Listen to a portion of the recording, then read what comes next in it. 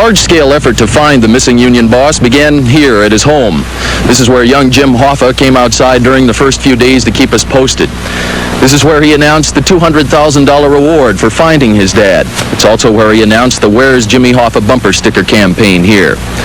This is where the first anonymous calls and extortion threats came in.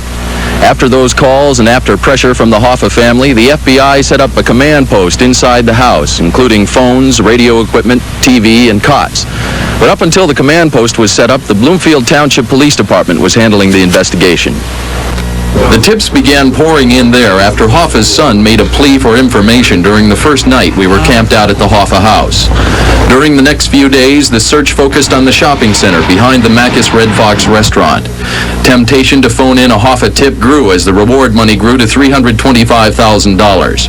Among the suggested methods of finding Hoffa were ESP, body reading, astrological charts, radionics, mysticism, and witchcraft. A month after the disappearance, there was a retirement party for Boyd Simmons, originator and director of the Detroit News Secret Witness Program. I've never seen as many screwballs and show everybody who has a crystal ball or thinks he has got in touch with us. More so than in any other murder case? More so than all the rest put together. Why do you think that was? I don't know. I think that Hoffa was so well known, and so were some of the other people whose names appeared in it, that it became kind of a joke. Of all the theories about why Jimmy Hoffa vanished, those most often heard blame organized crime. The underworld might have killed Hoffa because he was obsessed with regaining control of the Teamsters. Hoffa reportedly said he would put an end to mobster use of union pension funds when he was back in charge. But even if that idea is true, the Justice Department has emphasized there is nothing to prove present Teamsters president Frank Fitzsimmons was involved in Hoffa's disappearance. In recent years, there's been no love lost between Hoffa and Fitzsimmons, which led to speculation that maybe organized crime wanted to avoid a fight between them and eliminated Hoffa to do it. Still another theory, and the most popular one, is that Hoffa was set to meet with a friend, Anthony Giacalone, who supposedly arranged a meeting between Hoffa and Anthony Provenzano so the two could patch up their friendship, a friendship that had fallen apart when both were in prison. Provenzano served time for extortion. That also cost him his job and his pension from the New Jersey Teamsters. Right now he is under indictment for murder. Supposedly, the meeting was never really arranged, but was a setup. Lately, there has been a slight change in that thinking. Some law enforcement people now believe that there really never was a plan to kill Hoffa, but the meeting turned into an argument, and in the heat of it, Hoffa was murdered. Teamsters on the road and other rank-and-filers have their theories, too. One that is different claims that Hoffa was killed because he was going straight after years of associating with so-called mobsters. One theory that has never had a motive tries to explain Hoffa's disappearance without the slightest trace. It supposes that Hoffa met someone he trusted, was killed, and his body shipped to New Jersey in a barrel. The barrel was buried in Brother Moscato's dump on the shore of the Hackensack River. The FBI got a search warrant to look for another body, that of a supposed mobster, and hoped that the one search would also turn up Hoffa's body. But the FBI never did any digging. Apparently, they didn't have enough real faith in the whole idea. Robbie Timmons has worked with us on this report, and you've followed the story from a station in Lansing. You're working here in this area now, a bit closer to some of the sources. What's your opinion of what happened? Well, regardless, I think whether it was the Teamsters Union involvement, organized crime, or a motive of revenge, I think I look at the personality of Jimmy Hoffa. He was a very powerful and very influential man with the ability to shake things up in the Teamsters Union. So he had a lot of enemies, people who did not want him to take over leadership of the union. I feel those involved with Hoffa's death are very influential, very powerful themselves, and capable of covering up the facts. I question whether we will ever find out the truth about what happened to Jimmy Hoffa, and I think that if we do, it will be when those involved are ready to let us know what happened. We'll all stay with this story. It is certainly not over yet, and someday we may have the answers. Good night.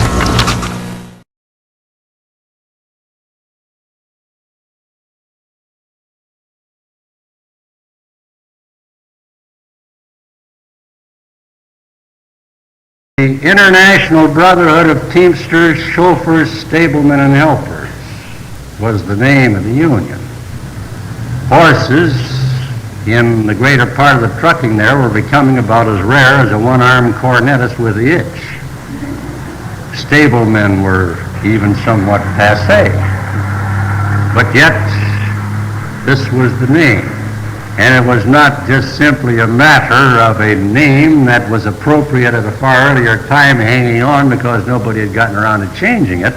The name also typified the mentality of the officialdom of the local unions, as well as the whole top hierarchy, including Tobin himself. It wasn't bad enough just to narrow the organizational structure down to truck drivers. But they had a separate local union set up for drivers that picked up the garbage.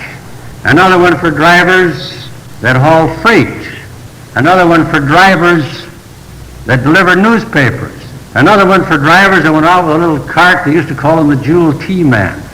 Went out and sold coffee, tea, spices, bread, and the Farmer's Almanac. Whatever the particular commodity was the back end of the truck, their tendency was to set up a specific craft local for that sphere.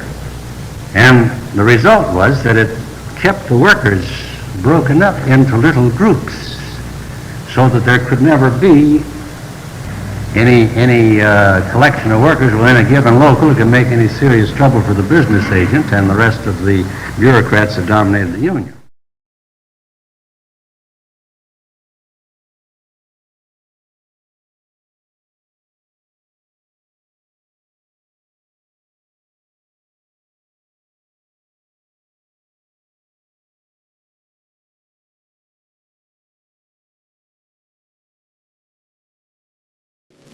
These pictures of the Minneapolis truck drivers' strike, typical of disorders flaring up in various cities, show a spirit of lawlessness which has no place in America. 5,000 are in the milling mob, trying to prevent trucks from delivering needed food to the city. A strong guard of police and distribution of nightsticks to citizen deputies fails to check the crowd, which closes in an ugly move. Outnumbering the police 10 to 1, they attack in gangs, the actual beginning of hand-to-hand fighting, in which one deputy was beaten to death and scores were injured.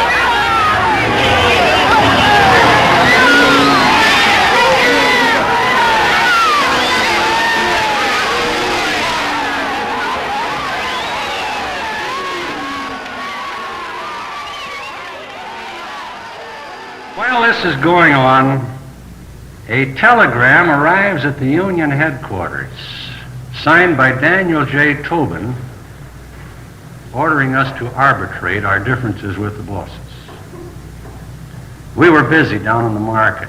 There was a screwball congressman, my name was Shoemaker, wandering around trying to get some publicity for himself, and he wanders into the strike headquarters, and here he sees laying on the table, there's hardly anybody around, we're all down the market, he sees laying on the table here a telegram from Tobin addressed to Bill Brown, the president of the union, ordering to arbitrate. Well, Shoemaker was just that kind of a screwball. He took it upon himself to answer. He answered in the right spirit, but here's what he wired back to Tobin, and he signed Bill Brown's name to it. Dear sir, keep your scabby nose and scaly face out. This is a fight for human rights, your rat job not involved. Well, as you can understand, it didn't exactly improve our relations with Tobin. even though it did echo the reality of the moment.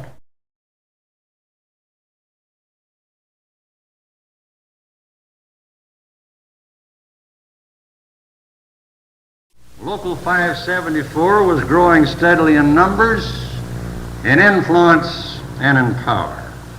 And Local 500, our rival, created, full, born out of the head of Daniel J. Tobin, remained an impotent paper set. So Tobin decided to give us the Chicago treatment. I mean no offense to you citizens of Chicago, but if you know a little of the background of labor history around here, you'll know what I mean by the Chicago treatment. If you don't, you'll know when I get done describing to you how they tried to apply it up there. He sent in a gang of case-hardened bureaucrats out of the Teamsters movement here in Chicago and some outright hoodlums. They were made the officials of Local 500. Their method of operation was to prowl the streets, the team tracks, the loading docks with guns and blackjacks and the benevolent protection of the police, go around and threaten and cajole the bosses and look for sweetheart contracts, play footsie and get support from every two-bit politician around town, and in general try to cut the throat to the rank and file of 574 from here to here.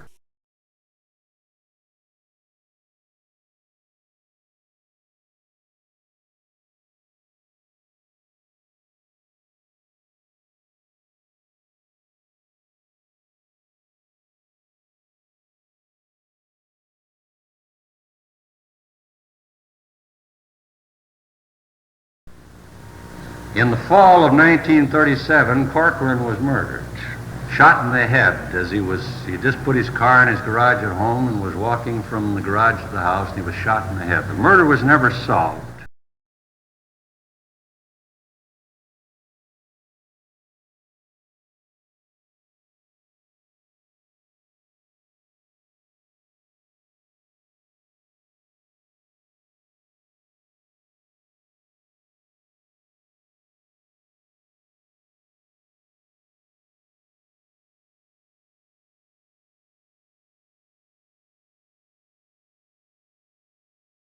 The stalling on the negotiations was immediately followed by an influx of Tobin goons. This time it wasn't just a relatively small force of the kind that came in the spring of 1936, made up of a few case-hardened bureaucrats and some hoodlums here from Chicago. Tobin put the loyalty test all up and down the International, and he put it to everybody on the International payroll, and he put it to everybody in the leadership of a local union that had aspirations of getting on the International payroll. And he put it in the framework of patriotism, loyalty, red baiting, and he got results. The town was flooded with goon squads coming from various Teamster setups around the country acting for Tobin. And many who came were from over-the-road locals in the 11-state area. Now it's important to note that those who came from the over-the-road locals were not in general from among the best of the militants that had carried the ball in the battle I described to you last night, whereby the over-the-road structure was consolidated and the bosses brought to book. Our friends, the militants in the over-the-road locals, were pocketed and under heavy pressures in their situation, just like we were at this juncture in Local 544. And the result was that the fight very quickly boiled down to a battle between Local 544 on the one side, the International Brotherhood of Teamsters, the bosses, and the bosses' government on the other. And when I say the bosses' government, as you will see, I mean the works. The man who made the Teamsters America's biggest and wealthiest union was Jimmy Hoffa, an Indiana farm boy who moved to Detroit. He led his first strike at 19, and by the time he was 23, was a union leader. For 30 years, Hoffa's power base was Teamster Local 299 in Detroit. Most of his members worked as drivers serving the city's car plants, and most loved Jimmy. If we had 3 or 4 more Hoffas in this country, that would be all we need. From the 1940s, Hoffa recruited thousands of drivers to the Teamsters, building a huge personal following in the industrial cities of the Midwest. Hey,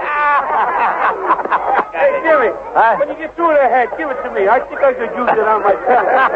Don't worry about it. Through Local 299, he became a national figure in the union. We're going to win it. That's all there is to it.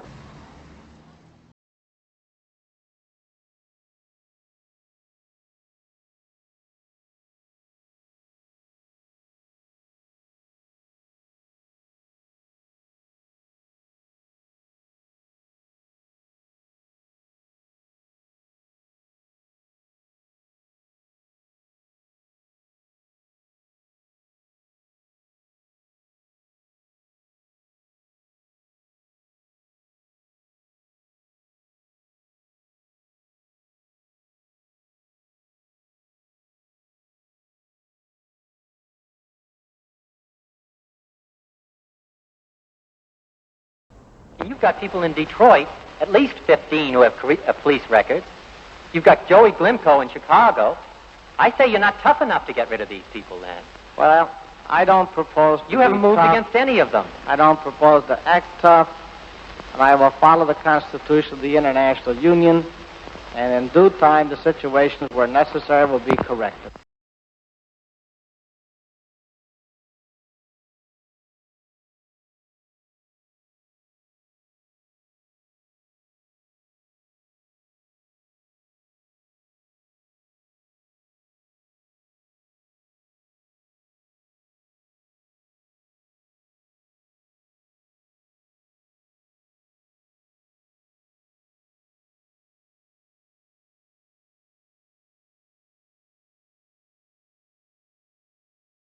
After 10 years under incessant investigation, he was finally jailed in 1967 for misusing millions of dollars from union funds. Tell me my lawyers to take care of my business.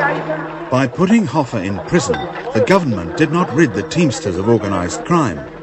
The Mafia only tightened its control over the union and its leadership once Hoffa was out of the way.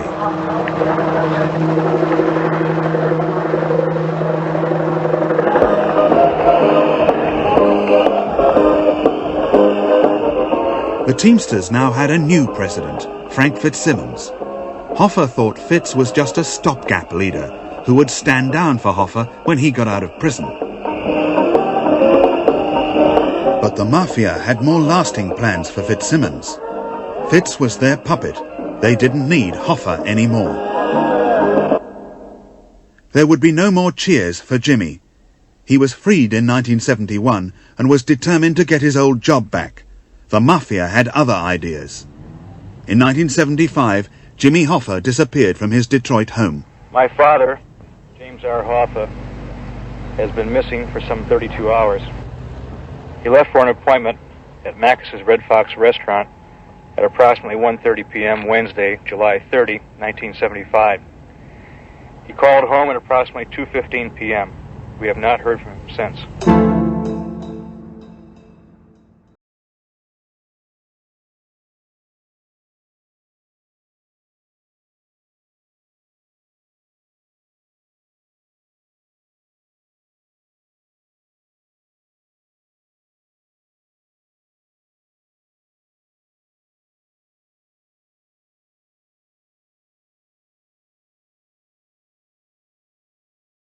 Dave Beck was 62 when he retired as Teamsters president.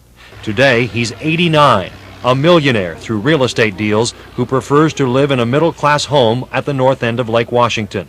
It's been nearly 20 years since he left McNeil Island Penitentiary, where he served 2.5 years for income tax fraud and for larceny from the sale of a union-owned car. Beck calls the prison term the best vacation he ever had. He insists he never took anything from the Teamsters. He doesn't carry nearly the weight he did in his heyday as a union boss, down 80 pounds from his top weight of 2.25. Besides some bursitis and a cataract, he's in very good physical shape. The fire still burns inside Dave Beck. As he raises his hand and his voice to make a point, his eyes light up, and you can see the labor boss of 30 years ago pounding the podium. I think the bargaining position of labor has been greatly weakened.